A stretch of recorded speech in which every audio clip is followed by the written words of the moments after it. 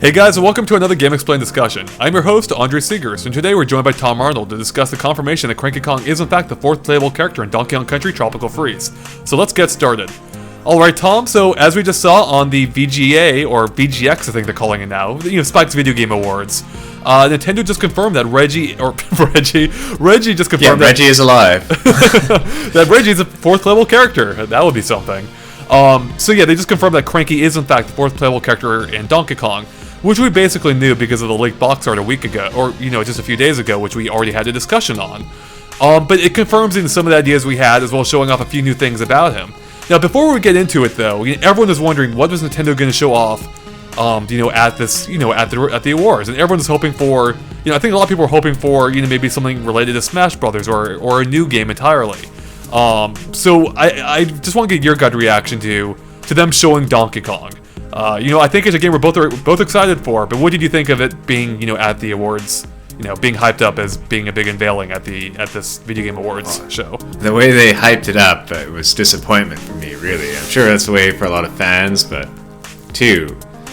Donkey Kong Country Tropical Freeze, just something that came along. It's like, all right, that's nice, I'll play it, but even though it's really good to play, it's nothing I was super excited for, and the whole thing was a bit of a letdown. Yeah, I mean, I feel the exact same way, and I think having the news basically leaked beforehand, it took a lot, of the wind out of their sails, because we already knew about Cranky Kong, and we kind of mostly figured how he would play.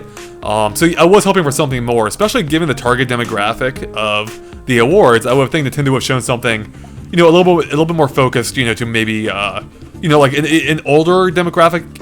That's not even the best way of putting it, but you know what I mean, right? This show is geared for trailers. Nintendo did not show a trailer, just went, here's gameplay. And unfortunately, when you're not playing the game, it's kind of boring looking in a way. I believe, the retro guy, he kind of, unfortunately, got a bit crushed under the pressure there on stage and wasn't quite the best personality they could have to show off the game, even though I'm sure he's really passionate about making it. Yeah, the whole format seemed a little underwhelming, I would say. Like, it felt kind of like, to me, the equivalent of Nintendo's E3, Nintendo Direct. How it was lower key than having it being live, and I felt kind of the same thing here. It just didn't feel terribly well prepared, and it just came across as a little, half-assed, basically. Yeah, this news should have been announced by Bill Trinan, sitting on a couch, talking mellowly with a Luigi in the background. Say, hey guys, and got some exciting news for you. Cranky Kong is in Donkey Kong Country Tropical Freeze. Check it out. Yeah. Something like that. Exactly. With that said, it is something new that we got to see about Donkey Kong, and just show off some of the things that we theorized before. Like him being a secondary character, like Diddy or Dixie. So he's basically riding on Donkey Kong if you're playing a single player. But if you're playing a co-op, then you can have, one player is playing as Cranky and the other player is playing as, Donkey Kong. And some of his moves we kind of predicted too. Like, he uses his cane for attacks, and he has a projectile like Donkey Kong and Dixie. Like Diddy and Dixie. However, his projectile is not anything we predicted. We can see at several points he actually shoots like these, like those jabbering teeth, like the wind-up teeth that, jabber. It's like he's throwing dentures, basically. Which is totally caught me off guard. I think that's kind of funny, I think. They couldn't do adult diapers. Now, another move they showed off is something we've seen before in someone else's gameplay video that shows off a new Kong Pow move, which allows, Donkey Kong and the character to do a high five, basically, and it turns all the enemies on screen. It makes them all disappear, and they turn into a collectible. So for Dixie, they turn into yellow hearts, which I'm not quite sure what that means. I guess they offer more health than a single red heart does or something. And then Diddy, they turn into red balloons, which I think would be extra lives. Now for Cranky, they turn into banana coins, which, as I recall, you can use them in Donkey Kong Country Returns. You can use them in Cranky's store to buy items, which raises a question. I guess that basically, confirms that, there is going to be an item store here as well. But who's going to run it? If Cranky's, riding around Donkey Kong, who's running the item shop? Well, maybe, Cranky always doing those, breaking the fourth wall. Maybe he goes in there and gives himself a discount. I don't know. That could be.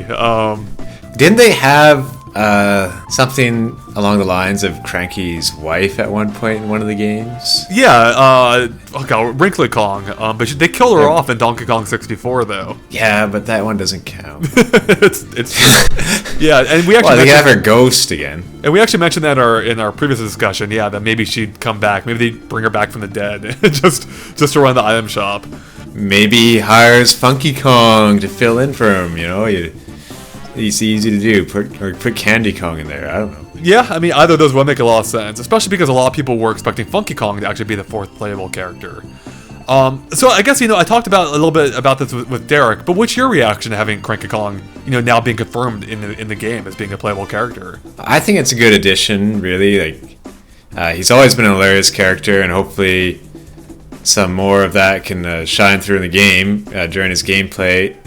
Now, considering how Diddy and Dixie are kind of air specialists, it's good to see that this guy is going to help you out in more of the tough terrain-based levels, and how he can even kill enemies that other guys can't with his cane bounce. Yeah, that's probably the most interesting thing about Cranky, is we were trying to figure out last time, what was his aerial move going to be, because Diddy has a jetpack, Dixie has her hairspin. So we were trying to figure out what Cranky's would be, and neither of us predicted that it would be a Scrooge McDuck cane bounce. It's the year of the cane bounce. It really is. Yeah, and it looks like it works just like Scrooge McDuck's, where you can bounce on basically anything, including hazardous terrain, like the sticker bushes of Bramble Scramble. And I'm guessing it might work on other things of that kind too. Oh, I think we see him bounce on spikes as well. So I'm concerned that it might make the game a little bit too easy, though. Like, they were just cruising through those levels with Cranky. And it looked like... Well, it's going to make those collectible coins so easy. I mean, we're screwed for the V-Guide now. With that cane bounce, though, you were mentioning earlier, it doesn't look like you can hold the cane bounce like Scrooge McDuck can. It looks like you kind of have to reset every time you're up in the air. Right, it does look that way. Based on its because, animation. yeah, it looks like you have to do it each time, which might make it a little trickier, but... if it looks like you have a pretty big window in which to activate it in, so I can't see it being that hard. So and they didn't seem to have any trouble with it in the video. They just seem to be cruising right along.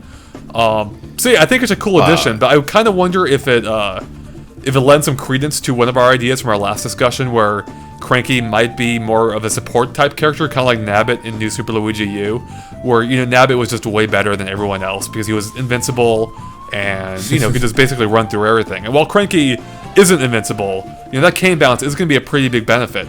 But it's possible that, maybe it won't actually be that big of a deal. Because, in the levels we played at E3, I don't recall there being that much hazardous terrain like that. Instead, it was more about, platforming and getting and reaching high platforms. So not having him having any kind of like aerial assist or, a second jump, that actually might be more problematic. It might actually make him tougher at points. Yeah, I think so for sure. I mean, how many Bramble type levels could there be in the game? It's mostly about jumps where you'll fall into water, or I guess something, or like fall into the abyss, fall into lava. Right. And Cranky won't be of any help to you there.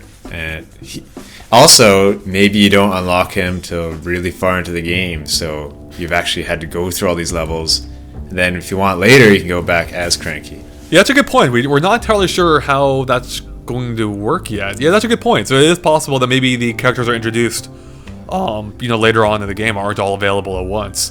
Because my gut would say like fifth world for Cranky. Let's say if he was the last one to be unlocked. That'd be pretty interesting. Yeah, that's certainly possible. That would be an interesting way of going about it. It would be kind of like Rosalina in Super Mario 3D World.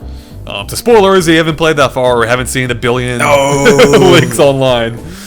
Well, clearly people listening to this only care about Donkey Kong. They don't care about Mario and the rest of all the Nintendo games. Right, of course. Cranky, though, he can jump higher. Maybe he's going to be better at speedruns in some way. Like, I could see that, definitely. Yeah, so you get Cranky later in the game, come back. Maybe if they actually do record the time, it's like he's going to be tougher to use, but you get a faster time with him. Absolutely. I'm sure some of the characters would be better for different levels. Yeah, especially because Donkey Kong Country Returns did have that whole time trial mode, basically, where you you could earn a medal by getting certain times in each level. And you're presuming that that's back. It would make sense that, different characters would be better at different levels. I can absolutely see that being the case. And in Cranky's case, it looks like he'll rock it at Bramble Scramble. So, now speaking of which, they did show off a couple new levels here too. The first one looked like it took place in the first world of the game because it seemed similar to one of the levels we played at E3. Like it looked like it took place like in a jungle type environment. There's planes that are crashed in the background.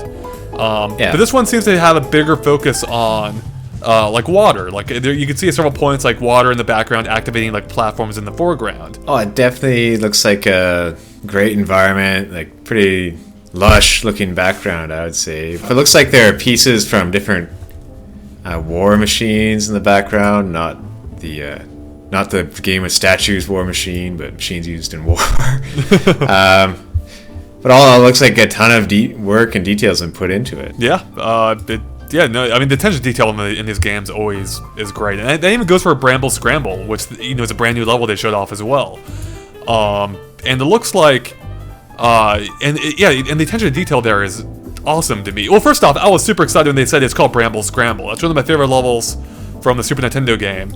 Even though it plays completely differently here, where it's platforming based as opposed to riding around on, Squawks, a parrot. But it shares, very similar visual themes. You're having, the vines and the sticker bushes, and you can see you can see the sticker bushes or the vines in the background even growing, like moving around trees, like actually, as if like they're wrapping themselves around it, and it looked super cool. I thought. Yeah, it would be great if imagine. With the rotating camera, which unfortunately we didn't get to see much of the dynamic camera in this demo, but imagine having to get an item with Cranky, cane jumping up one of those spiraling brambles as the camera is rotating around one of those spires in the background. Yeah. Like stuff like that would be awesome. That'd be really cool, actually. But yeah, so now you mentioned you just mentioned the camera and how in these two videos, we don't see any of that dynamic movement that they made a big deal about, at E3. And it's something I've kind of noticed in some of the more recent videos. It seems like I almost wonder how big of a role that dynamic camera is going to play. Because when we play at E3, it seemed to be pretty prominent, but I'm almost wondering if it's actually not going to be that big of a deal in the game, which is a little bit disappointing to me, if so, because I really liked how it looked. When we saw it, and not seeing more of it is a little disappointing. It's almost making me wonder if it's something that they show off, if it's something that's more relevant early in the game, then they kind of forget about later on or something, or right, to really differentiate that it's a different product than Donkey Kong Country Returns. Yeah. Now you maybe have nailed it by really liked how it looks.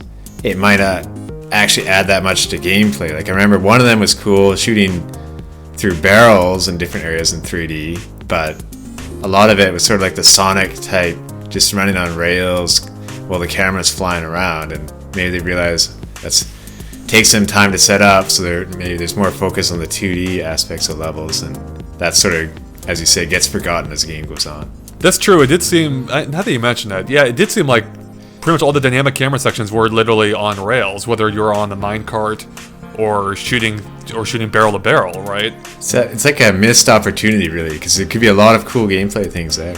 Yeah, no, I absolutely agree. Like they just moved the camera perspective a little bit, like to be more behind the characters. You could see more into the foreground.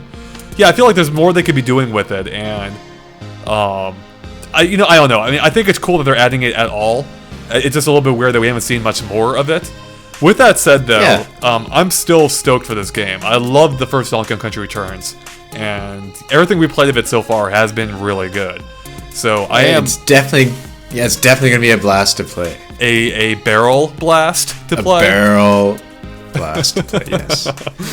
And I think, other than that, we got the official release date announced. Oh, that's right. Okay. Yeah, what was the release date? February 21st, everybody. All right. So 1 week after Valentine's Day. You don't have to play it on the 14th. That's now my Valentine's Day is going to be really boring. All right. Well, I think that wraps it up for our discussion on Donkey Kong Country Tropical Freeze, specifically Cranky's inclusion. So thanks to all of you for watching, and thanks Tom for joining us. If you like this video, make sure to follow us and like us on Facebook and Twitter at GameXplain. You can find links to it in the description below. And keep an eye on GameXplain.com for more on this game and other things gaming too. Alright, thanks guys. Bye.